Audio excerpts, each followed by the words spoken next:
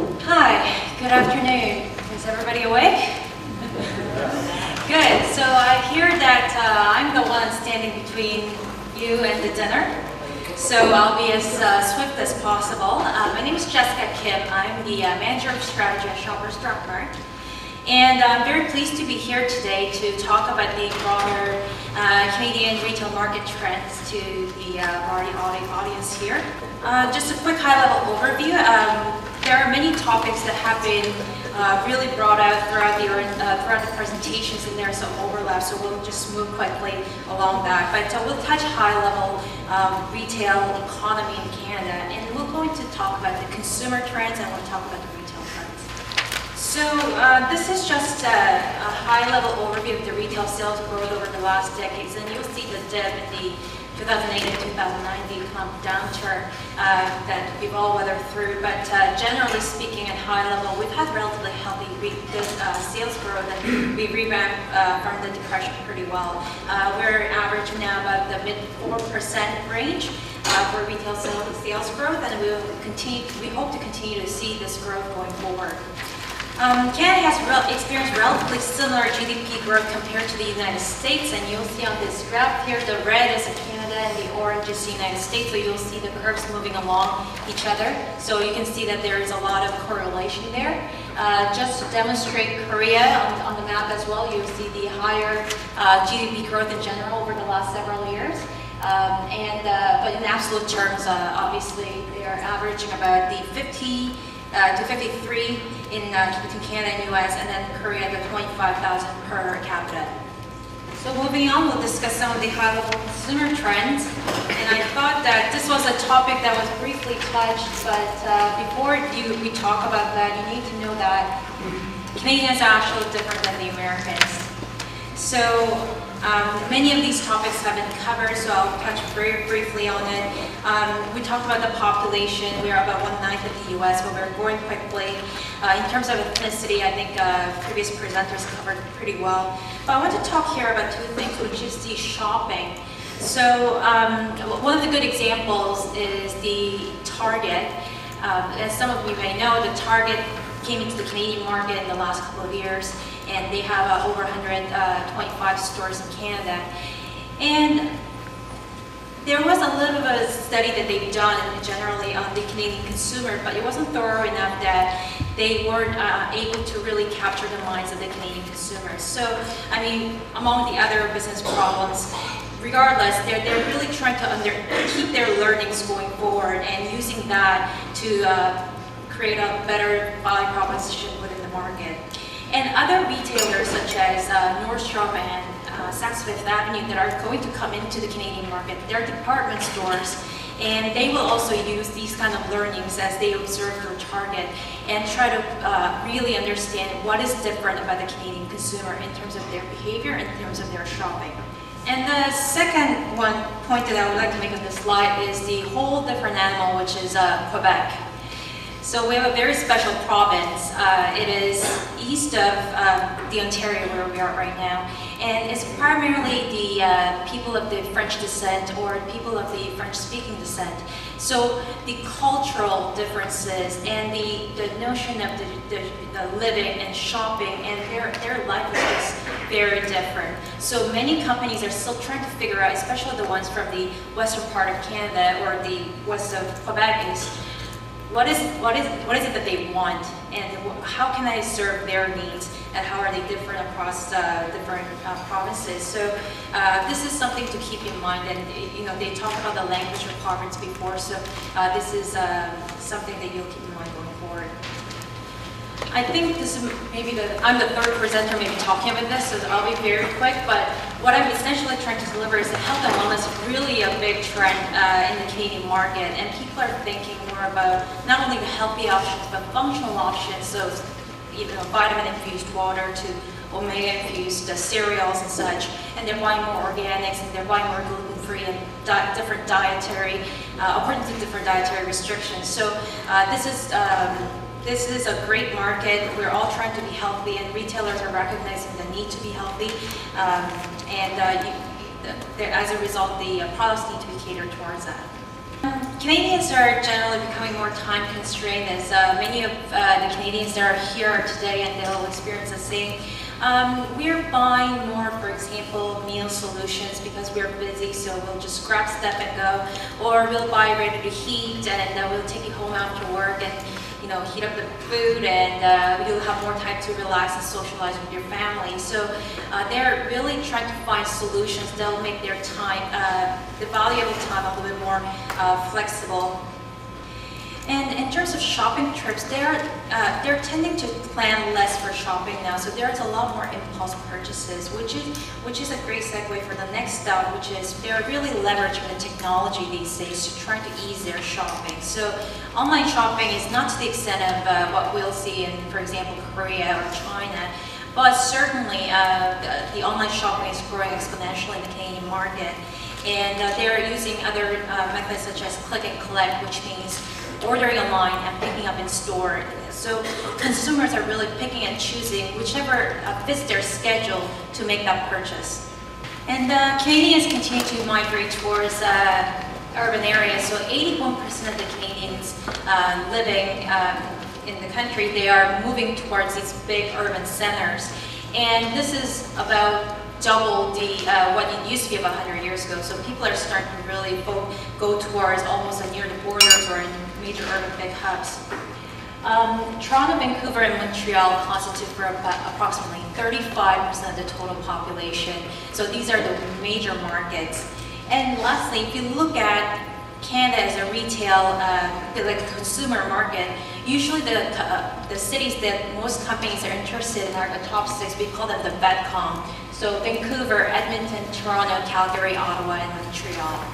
So we'll go into some of the key retail trends. So this first one that came out is the market consolidation. So over the last year or so in the Canadian market, we've seen some of the biggest players, especially in the grocery field, consolidating. So Sobeys is an example. They acquired Safeway last year. And the implications that Sobeys has presence mostly in Eastern Canada, and they want to grow rapidly into the Western market, but the easiest way for them is just to purchase something that is already there, and Safeway is a great fit. So they are now merged together. They have a combined revenue of about $21 billion. And the second one is Loblaw. So Loblaw actually purchased Shoppers Drug Mart, where I'm from, but this happened earlier this year in the first quarter, and they both have national presence. So the primary goal for Loblaw was to really penetrate into the urban market, and it was really difficult for them to actually quickly build out the urban offering. So the easiest way was to buy our store of 1,300 across the country. So the combined revenue of them is $43 billion, and makes them basically the largest retailer in Canada at the moment. Next, we'll talk about a little bit of luxury. So we are also seeing some major new entrants here in this area. So we talked previously about the Nordstrom, and we talked about the Saks. So Nordstrom, as a matter of fact, just last weekend, they opened the first store in Calgary at the Chinook Center.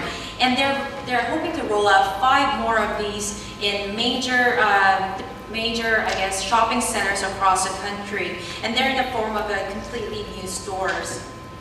And in terms of Saks Fifth Avenue, actually it's a very popular U.S. department store that was acquired by a Canadian company named Hudson's Bay. And Hudson's Bay is essentially the oldest company in North America. They started with fur trading. Now they're in luxury retail, and they acquired.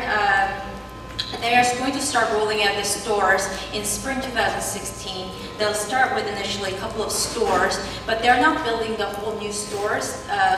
In the initial phase, what they're doing is to leverage the existing Hudson Bay department stores, carving out some space to bring in a new offering as a Saks banner. So you'll see a little bit of a different play between the 2 players here.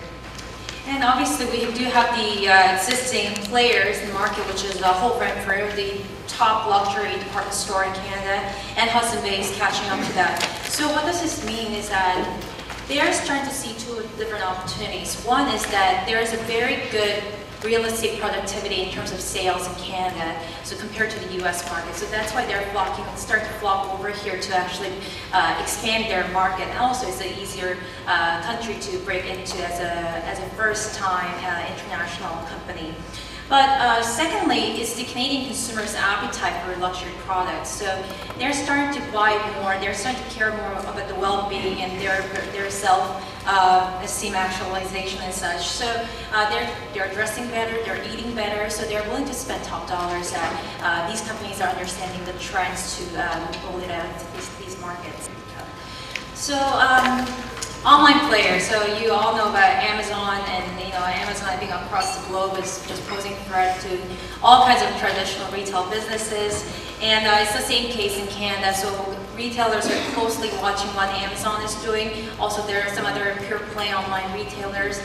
They're trying to monitor their the infrastructure, they're trying to monitor their customer experience and everything about their business to understand how we can defend ourselves in the market. So, for instance, if you look at the first chart, there's grocery. So in Canada, they're starting to offer grocery online. They're in the beta process right now. So you'll see the traditional food categories, not so much fresh, but it's mostly the non-fresh items that you'll see that traditional grocery retailers will compete with Amazon on this. And the other one is the beauty. So they're starting to roll out luxury beauty products online, and which is a little bit counterintuitive in a way, because luxury brands typically, wanted to have very defined customer experience and only want to operate in an environment that they are comfortable in to create that good experience for the customers. But now they are starting to understand that customers will buy online and they'll buy on Amazon. So they're starting to partner up with actually Amazon to create that unique experience for the customer, deliver the right messaging, and sell their products. So this is becoming a big threat also for the beauty retailers. So non-grocery players in the market in Canada are driving in-store traffic with food lately. And this is probably of interest to all of you. Not only the grocery players are potentially your customers, but it could be the general merchandisers, and it could be someone like department stores. We can look at Walmart first. They introduced food to more than 260 stores over the last 5 years, and they don't plan to stop here. They plan to roll out as much food as possible in all of their stores, and they're introducing more and more fresh. So they're really using that to drive traffic. In terms of Target, they have about 120 stores carrying food, and we talked briefly about Target before, that they're trying to figure out their business model right now. So one of them is to understand what the role of the food will be going forward, and which SKUs or which products are working well for them versus others to optimize their merchandising and planogram. So this is still very much in the works for them. And Shoppers Drug Mart, as we mentioned before, the Loblaws acquired Shoppers, and that they're right now in the process of figuring out what are some of the convenience food offerings that they'll roll out in their stores. We're piloting actually a few stores in Toronto right now with some fresh offerings. So you will see in a drugstore some fresh offerings, and this is another way of driving more traffic into the stores. And the last one is the Nordstrom and Saks. We talked about that before, but these department stores are also thinking about what kind of food offering they'll bring in. So they're both rumored to bring some type of food, whether it's smaller luxury grocery store or it's just a nice restaurant, or we don't know in which format as of yet, but this is something to keep in mind going forward. And also the incumbents, so the Holt Renfrew and Hudson Bay, they'll start also thinking about what kind of food offering should I have to make sure that we drive enough traffic into the store. So next is omni-channel, and for those of you who are not familiar with the term, so let's just go define omni-channel first. Omni-channel, so let's go back. In the recent past, we have multi-channel. So what that essentially means is you have a store, you have your online presence, and you have a mobile-enabled website or a mobile app. You have all these channels, and then customers are going in different ways, but these channels are working in silos. There's no crossover. Omnichannel, what it means is to create a single view of the customer and create a consistent experience across all channels.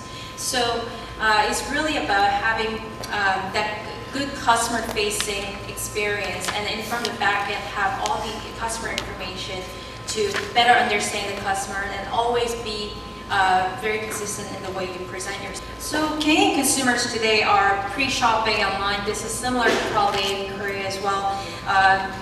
They're, for example, going on Amazon to see how much is the Samsung TV, and then they go into the Best Buy to actually see the TV, for instance.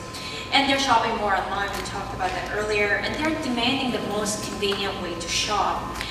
So Canadian retailers reacting or proactively reacting to this change in the customer trends, they're really investing a lot across the channels and to make sure that they have the right capabilities to be able to serve customers.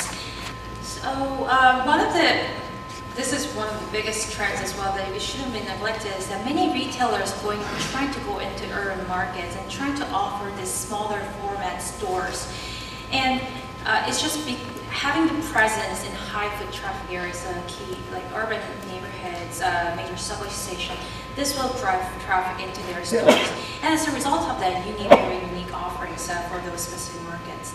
If you look at Walmart, they're trying hard to penetrate into the, for example, Toronto downtown area, because they're usually in the big box retailers are usually placed in the suburbs. So how do you create a smaller format that will cater that specific market with very unique offering is something that they're trying to figure it out.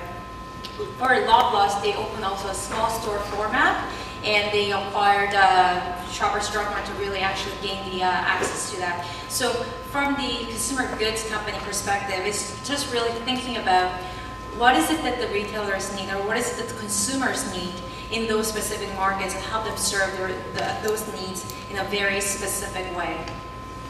So quickly wrapping up, so we'll touch the final point. So it's really important to understand the consumer's needs, and because retailers will look for those products or services that will cater to that. Understanding some of the general high-level market and key trends is important. So who's in the market, who's coming in, and how will this power shift?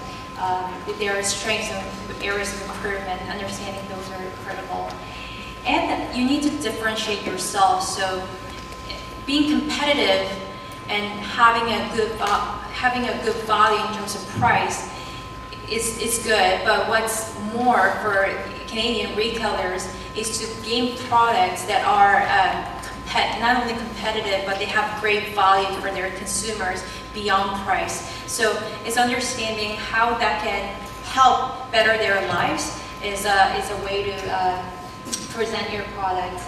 And if you're also looking into the North American market overall and you're looking to go into the US market, definitely try to give some considerations for Canadian market different away from the US, because there might be some differences that you need to capture in order to be successful. So that's the end of my presentation today.